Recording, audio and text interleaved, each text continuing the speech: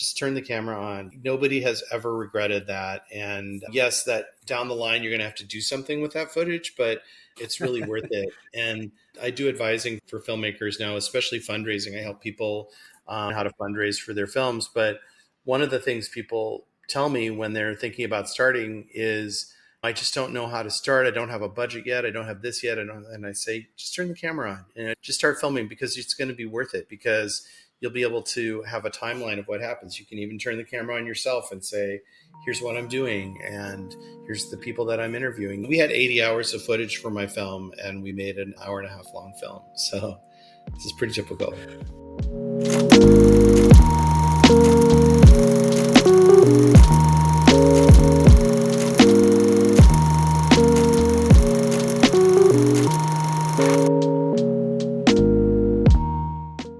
Good day, filmmaker Peter McDowell of JIMMY in Saigon. Peter, how are you today?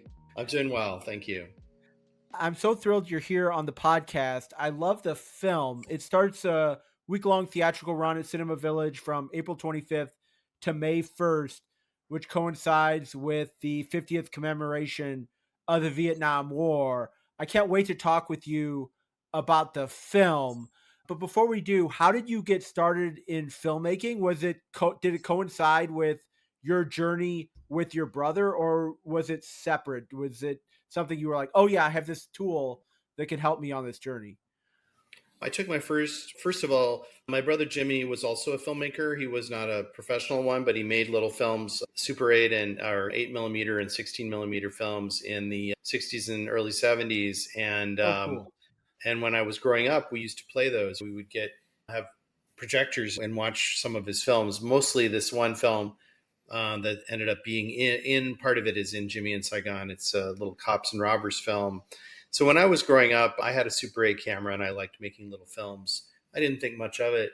But then when I went to grad school at University of Wisconsin in Madison, I took a film class. It was a film studies and production class. And I got to be behind the camera a lot, and I really loved it. And I made a short film in that class in grad school. And when I moved out to San Francisco after grad school, I showed the film to a few people, and they said, "Oh, this is really good. You should enter it in the local film festival." And I said, "Oh, no way." But I entered it in the film festival, and not only did the film get in, it was selected as one of the best of the festival, and it went on a tour around the world. So I thought, wow, I didn't think I was a filmmaker at all, or not that I didn't, I knew I had talent, but I didn't know that it was recognizable. Like that. So, Right. So I made that film, I made another short film, and then I took a long break because filmmaking is challenging, it's expensive. And at that time in the 90s, I didn't like the way video looked. Video was very primitive and low res. And I had been inspired during that time in grad school when I was making films. I was inspired by a friend who said, you should make a film about your brother. And so I stored that away. I stored all this away in my memory. And then in 2010, when I was in between jobs, I thought, you know what? HD video is really beautiful now. Like I look at HD and it looks like film. And it's what I call the great democratization of filmmaking, or at least of documentary filmmaking, is that all of a sudden in the 2000s, it became possible for an average person to make a documentary film because the means of production were within their hands. And I used my last $2,000 in 2010 to purchase used HD camera and sound equipment. And I set off to interview everybody who knew my brother around the world and to walk in his footsteps. That's an insane story. And the story is told in Jimmy in Saigon, where you mentioned hey, I'm starting in 2010 and the long journey.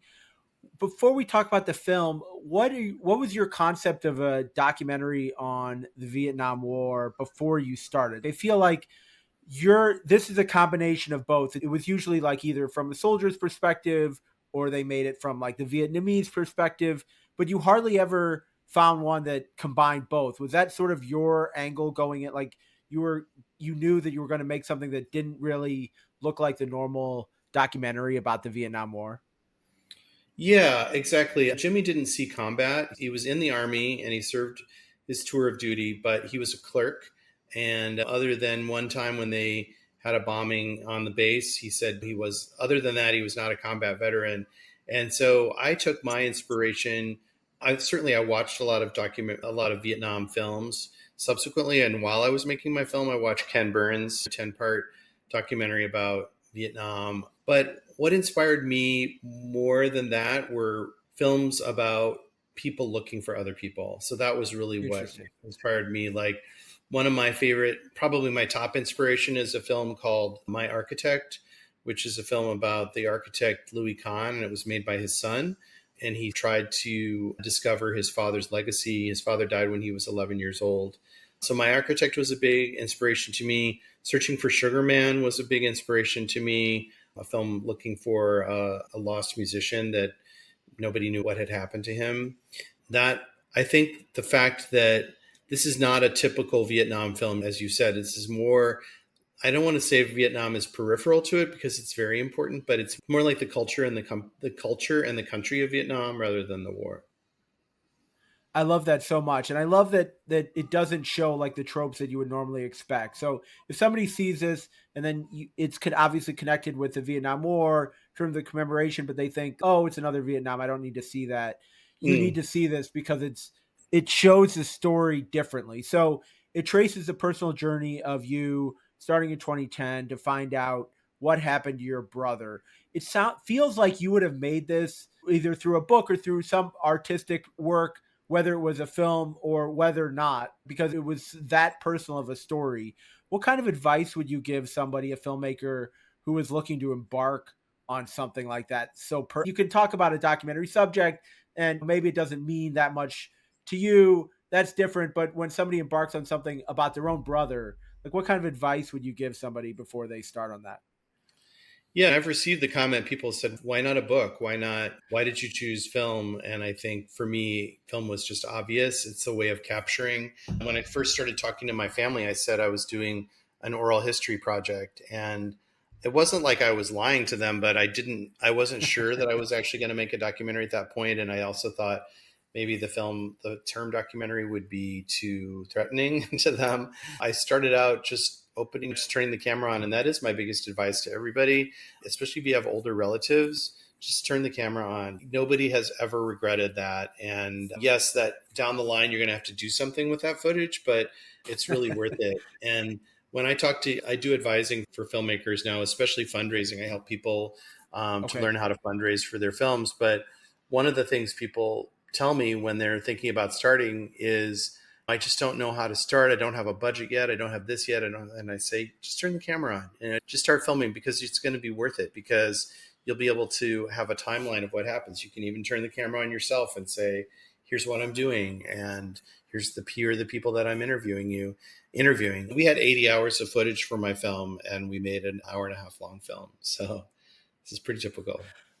Wow. And so feel free to not give away your special sauce here for fundraising, but this was released in 2022. So that was at least a 12-year journey with this. When I went to get my documentary certificate, our professor was like, prepare to max out your credit cards, which I think was horrible advice. But that's what the advice is given about like documentary filmmakers is like this hero of like nobility of poverty or something like that. So like, how did you make it work where you kept a roof over your head, kept clothes on you, kept a life going, but also kept this film funded and completed in that 12 years? Absolutely. Yeah. I tell people, do not max out your credit cards. Yeah.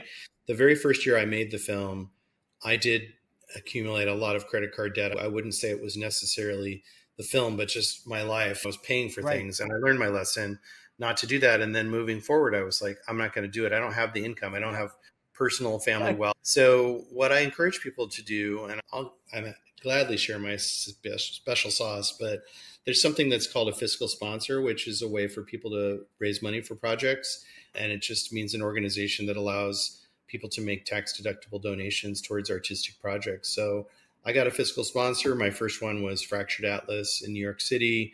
My second one was Film Independent.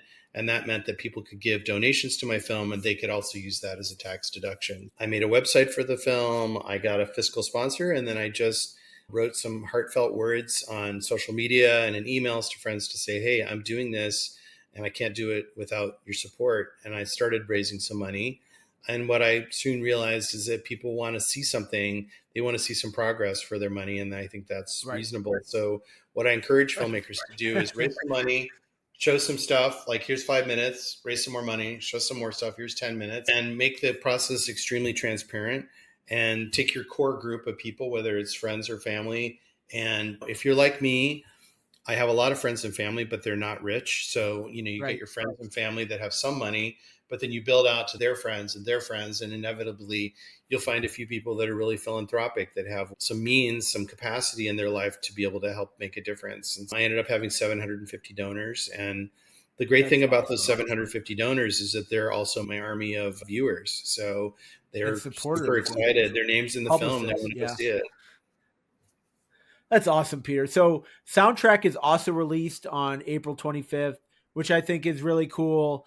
Was that always the plan to have music be, and the music is very noticeable in this film in a great way. Was that always the plan, or was that something that just felt organic to the story as you were telling it to add like a really banger soundtrack? I come from a very musical family. My father was a professional musician, and my brother John, who wrote the soundtrack, is a professional film composer. So Oh, that's it so did cool. feel organic to involve him from the beginning. And with film music, it's an odd thing because you really can't write the score until the film is finished.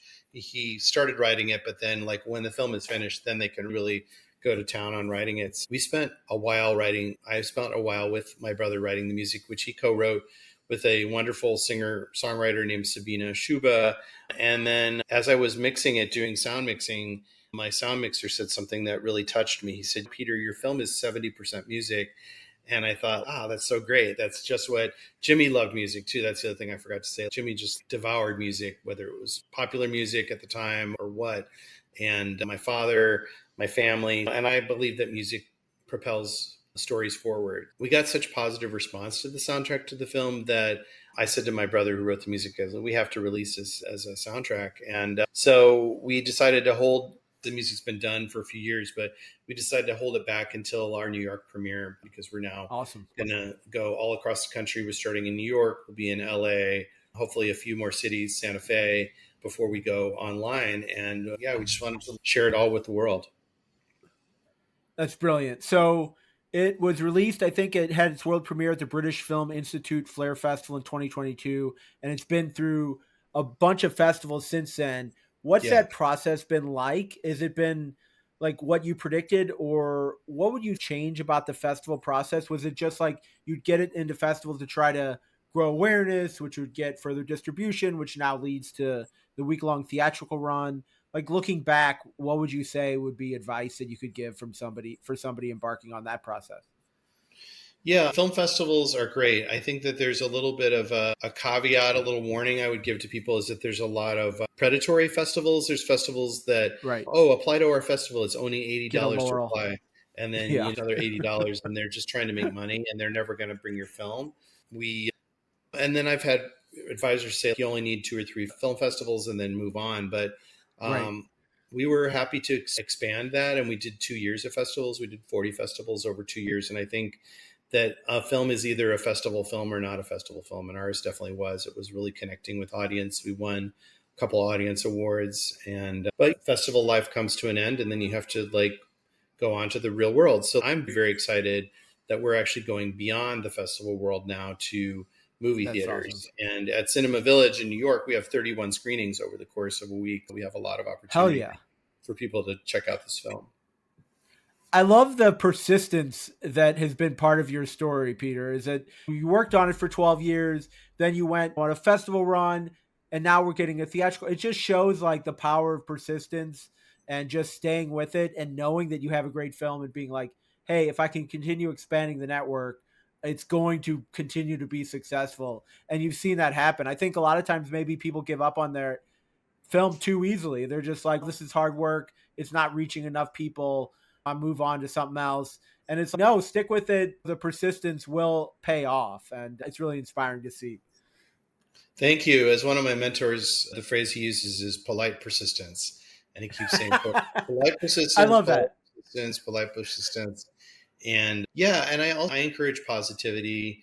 But one of the things that Exactly. I encourage with people is every film has its own journey. And my God, there are films that were released to the public in various ways that did not do well. And then 2 years, 3 years, 5 years, 10 years after the film came out, all of a sudden people are like, oh my God, you got to check this film out. It's never too late. It's too late for certain things. Like Right.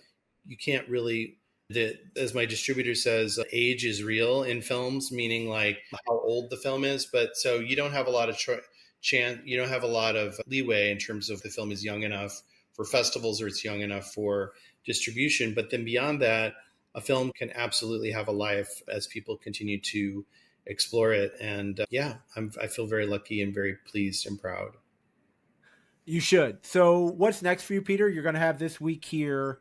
I assume that maybe at some point you'll announce like streaming for the film. Are you working on other projects as well that somebody should be looking forward to over the next year or two? I always say, like a newborn parent, new parents with a newborn, I'm going to wait till my baby grows up a little bit before having another baby.